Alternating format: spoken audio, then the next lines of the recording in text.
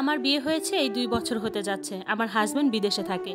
এই 2 বছরে সে আমাকে কোনো হাত খরচই দেয়নি। আমি মোটামুটি ধনী ঘরেরই সন্তান, তাই কোনো কিছুর লোভও আমার নাই। বিয়ের পরও আমার যাই লাগে সব আমার বাবার টাকা দিয়েই কিনি। ডাক্তার দেখানো, অন্যান্য প্রয়োজনীয় খরচ, এমনকি কোথাও যেতে গেলেও কিছু টাকার প্রয়োজন হলে সেই টাকাটা আমি আমার মায়ের কাছ থেকে নিয়ে তারপর বাসা থেকে বের হই। আমার হাজব্যান্ড প্রতি মাসে প্রায় 1 লাখ থেকে 1.5 লাখ টাকা তার মায়ের অ্যাকাউন্টে পাঠায়। এটা নিয়ে কোনো দিনও আমি তাকে কিছু বলি নাই। কিন্তু গত 2 মাস যাবত তার মায়ের অ্যাকাউন্টে সমস্যা থাকার কারণে আমার অ্যাকাউন্টে টাকা পাঠাচ্ছে, এবং যখন টাকা আসে আমি আমার শাশুড়িকে নিয়ে ব্যাংকে গিয়ে সম্পূর্ণ টাকা আমি তার হাতে বুঝিয়ে দিই। গত মাসে আমার কিছু প্রয়োজনের জন্য আমি আমার অ্যাকাউন্ট থেকে 2,500 টাকা নেই, নিজের জন্য রাখি, আর বাকি 1 লাখের বেশি যে টাকাটা ছিল ওটা আমি আমার শাশুড়ির হাতে তুলে দিই।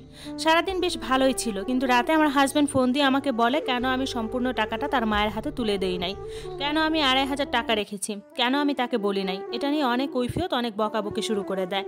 তারপর আমি আমার হাজব্যান্ডকে জোর গলায় বললাম, তোমার টাকায় তো আমারও হক আছে, সেই শুরু থেকে তো আমাকে কোনো খরচই দাও না। বিয়ের পর থেকে ওষুধ খাওয়ার টাকা থেকে ঘুরতে যাওয়ার টাকা পর্যন্ত প্রতিটা টাকা পয়সা আমি আমার বাবা মার কাছ থেকে নিচ্ছি। আর কতদিন তাদের কাছ থেকে হাত পেতে টাকা নিব? আমারও তো খুব খারাপ লাগে, লজ্জা লাগে। আত্মীয় স্বজন সবাই বলে তোমার স্বামী নাকি এত টাকা ইনকাম করে, কই তুমি তোমার বাবা মার কাছ থেকে তো এখনো টাকা নাও কেন?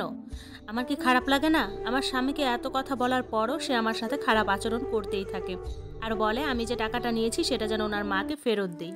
এক কথায় মা ভক্ত যেসব ছেলেরা থাকে তাদের বিয়ে করলে জীবনটা যে কতটা কষ্টের হয় সেটা হয়তোবা আমার সিচুয়েশনে যারা আছে তারাই বুঝতে পারবে। এবং এই মাসেও আমার অ্যাকাউন্টে প্রায় 1.5 লাখ টাকার মতো দিয়েছে, এবং সাথে সাথে আমাকে ফোন দিয়ে কড়া করে বলেও দিয়েছে এই টাকা থেকে যেন একটা টাকাও আমি না নেই, পুরো বোনাস সহ যেন আমি আমার শাশুড়ির হাতে তুলে দিই। বরাবর যেটা আমি করে আসছিলাম, ওই যে 2,500 টাকা নিছি, এটা নিয়েই তার মনে অনেক সন্দেহ যদি আমি আবারও কিছু টাকা আমার জন্য রেখে দিই। আমার হাজব্যান্ডের সঙ্গে যখন প্রতিদিন আমার কথা হতো, প্রায় সে সবসময় ব্যস্ততা দেখাতো। আমার সাথে কথা বলতো ঠিকই, কিন্তু সে ফোন দেখতেছে, ইউটিউব দেখতেছে অথবা টিভি দেখতেছে, আমার কথার কোনো গায়েই লাগাতো না। তাকে আমি অনেকভাবে বুঝিয়েছি, দেখো আমার কিন্তু শাড়ি গহনা চুড়ি এগুলো কিচ্ছু লাগবে না, আমাকে শুধু মাস শেষে চলার মতো কিছু টাকা দাও, এতেই হবে। সে উল্টা আমাকে বলে তোমার বাবার কি কম টাকা আছে নাকি? তোমার বাবার কাছ থেকে যত টাকা হয় তত নিবা, আমাকে কেন বলো? না হয় নিজে ইনকাম করো, নিজেও তো ইনকাম করতে পারো, বসে বসে না খেয়ে।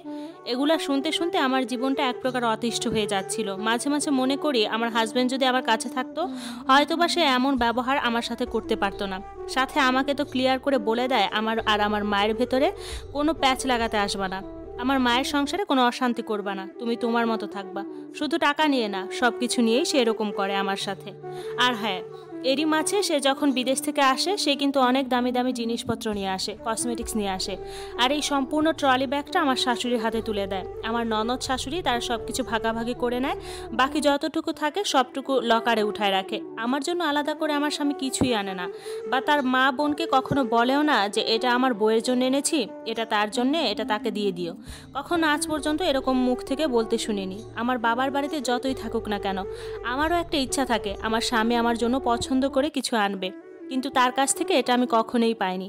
বিদেশ থেকে যখন বাসায় আসে রাত 11টা পর্যন্ত বন্ধুদের সাথে আড্ডা দিবে, বাসায় আসবে, খাওয়া দাওয়া করে তার চাহিদা মিটিয়ে ঘুমিয়ে যায়।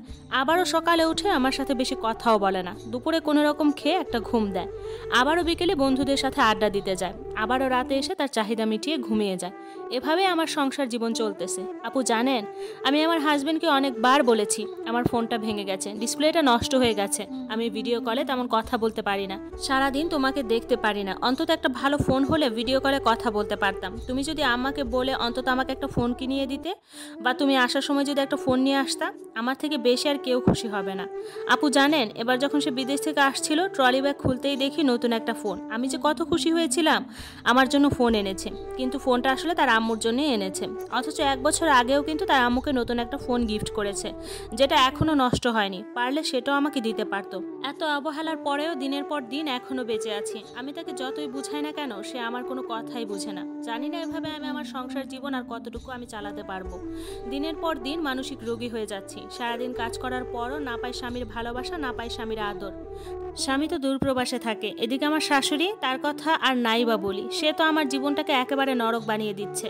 এভাবে যে আর কতদিন টিকতে পারবো আমি নিজেও জানি না।